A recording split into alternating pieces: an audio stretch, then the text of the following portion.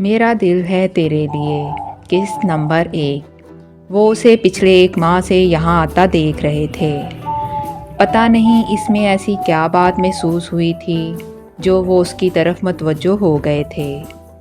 खुद उनका तो बरसों पुराना मामूल था कि वो शाम में वॉक करने के लिए पार्क आया करते थे, मगर इस लड़की को उन्होंने इससे पहले यहाँ आते कभी नहीं देखा था। ये 1 महीना पेशतर की बात थी जब उन्होंने इसे पहली मर्तबा देखा था, वरना 6 बजे के करीब वो पार्क आती और पार्क के कोने में बिल्कुल अलग थलग सी बैठ जाया करती। इतने वसी पार्क के कदरे सुनसान सी जगह पर वाक़या इस बेंच पर कोई और बैठता भी नहीं था, इसीलिए इसकी ये मखसूस बेंच उसे रोज़ाना ही खाली मिलती। वो बज़ाहिर खेलते कूदते बच्चों पर निगाहें मरकूज़ किए बैठी रहती, मगर इन्हें ऐसा लगता जैसे वो सिर्फ़ जिस्मानी तौर पर यहाँ मौजूद है, वरना उसका दिल और दिमाग कहीं और ही मसरूफ़ अमल है। अजीब सी थकावट और बेजारी उसके चेहरे पर छाई रहती थी, जैसे वो सारी दुनिया से नाराज़ है। उसे लोगों ने बड़ा मायूस किया है और वो अपनी तन्हाई और अकेलेपन का सोग मनाने यहाँ आती है। मगरिब का वक्त होता और बच्चे पार्क से जाना शुरू कर देते, वो तब भी वैसे ही बैठी रहती। फिर जब अंधेरा हल्का हल्का फैलना शुरू हो जाता, वो बेंच पर से यूं खड़ी होती जैसे अभी भी यहाँ से जाना नहीं चाहती। वो जो अपनी उम्र का एक बड़ा हिस्सा लोगों और उनके रवैयों को समझने में गुजार चुके थे, अपने तजर्बात की रोशनी में ये बात कह सकते थे कि वो अपने घर और घर के अफराद से रूठी हुई एक नाराज़ सी लड़की है। वो जगह जहाँ वो रहती थी, शायद वो वहाँ रहना ही नहीं चाहती थी, इसीलिए उस जगह से फ़रार हासिल करने के लिए यहाँ चली आती थी। मगर यहाँ आने के बावजूद वो उस जगह से मुतल्लिक़ तकलीफ़ दे सोचों को झटक नहीं पाती थी, इसीलिए लाशऊरी तौर पर सारा वक्त वहीं के बारे में सोचती रहती थी। रोज़ाना वॉक करते हुए वो 2-3 बार उसके सामने से गुज़रते थे, मगर वो कभी भी उनकी तरफ मतवज्जो नहीं होती थी। आज एकदम उनका दिल चाहा कि उससे जाकर बात करें और उसे समझाएं कि इतनी उदासी और दिल गिरफ्तगी अच्छी नहीं। अगर तुम्हें कोई दुख पहुंचा भी है तो इसे बर्दाश्त करने की कोशिश करो और खुदा की रहमत से मायूस मत हो। अपनी इसी सोच को अमली जामा पहनाने के लिए वो वॉक करते हुए उसके पास आ गए और बोले, हेलो यंग लेडी, क्या मैं आपके पास बैठ सकता हूँ? वो अपने किसी ध्यान से चौंक कर उनको हैरान नज़रों से अपने सामने खड़ा देख रही थी। शायद उनकी बात उसने सही तौर पर सुनी भी नहीं थी। उसके चेहरे के हैरत भरे तासुरात के पेश नज़र वो दोबारा बोले, बेटा, क्या मैं आपके पास बैठ सकता हूँ? जी ज़रूर, वो कुछ बुखला कर बोली थी। उसकी समझ में नहीं आ रहा था कि वो कौन हैं और उसके पास क्यों बैठना चाहते हैं। उसके बोलते ही वो फ़ौरन बेंच पर बैठ गए और उसकी तरफ देखकर मुस्कुराते हुए बोले, मुझे नए नए दोस्त बनाने का बहुत शौक़ है।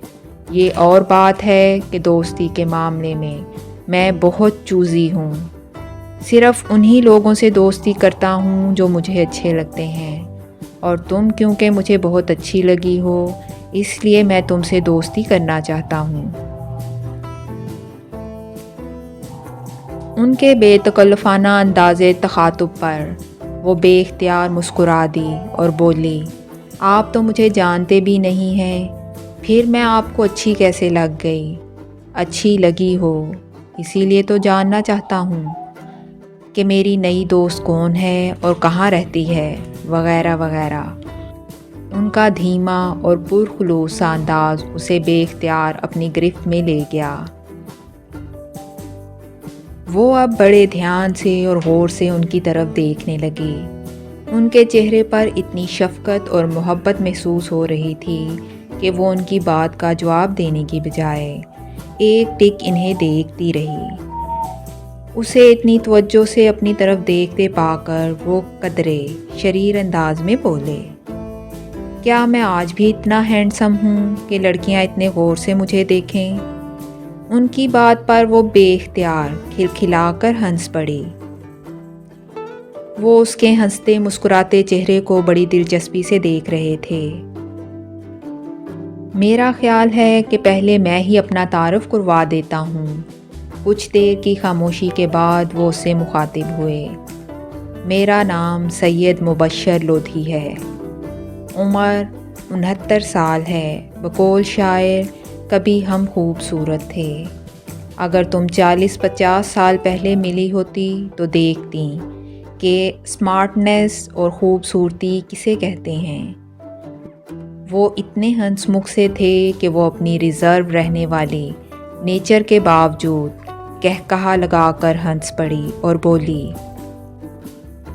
آپ ابھی بھی بہت ہینڈسم ہیں، اور اگر خود اپنے منہ سے اپنی ایج نہ بتاتے تو 60 سے زیادہ کے تو لگتے بھی نہیں ہیں۔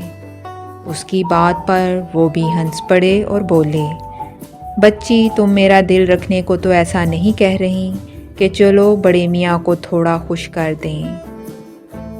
آئی سویئر میں سچ کہہ رہی ہوں۔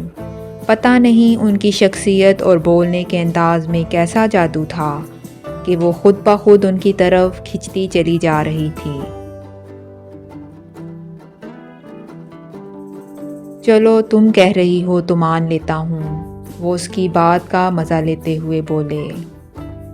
خیر میں اپنا انٹروڈکشن کروا رہا تھا۔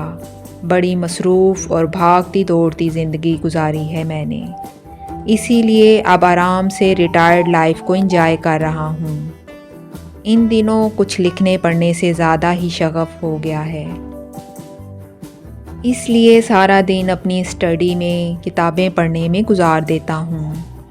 اپنے یورپ اور افریقہ کے ممالک کے دوروں کے نتیجے میں وہاں کے حالات اور اپنے تجربات پر مبنی 2 عدد سفر نامے لکھ چکا ہوں۔ آج کل کچھ قریبی دوستوں کے مشورے پر اپنے مختلف موضوعات پر لکھے گئے آرٹیکلز جو اخبارات میں شائع ہو چکے ہیں کو کتابی شکل دینے کی کوشش کر رہا ہوں۔ یہیں ڈیفینس میں رہتا ہوں۔ وہ ان سے بڑی مرغوب اور متاثر نظر آ رہی تھی۔ اب تم اپنے بارے میں بتاؤ، وہ اس سے مخاطب ہوئے۔ آپ جیسے عالم فاضل اور انٹیلیکچوئل کے سامنے میں اپنا کیا تعارف کرواؤں؟ بہرحال میرا نام اجالا شہریار ہے اور میں نے انڈس ویلی سے فائن آرٹس میں ایجوکیشن کی ہے۔ ان دنوں ایک آرٹ اسکول میں جاب کر رہی ہوں۔ میں بھی ڈیفینس ہی میں رہتی ہوں۔ اچھا تو میری ننھی دوست ایک آرٹسٹ ہے۔ بھائی میں تو پہلی نظر ہی میں جان گیا تھا کہ تم بڑی ٹیلنٹڈ لڑکی ہو۔ وہ اپنی تعریف پر مسکراتی ہوئی بولی، اتنی ننھی بھی نہیں ہوں جتنا آپ سمجھ رہے ہیں۔ اس جنوری میں پورے 26 سال کی ہو گئی ہوں۔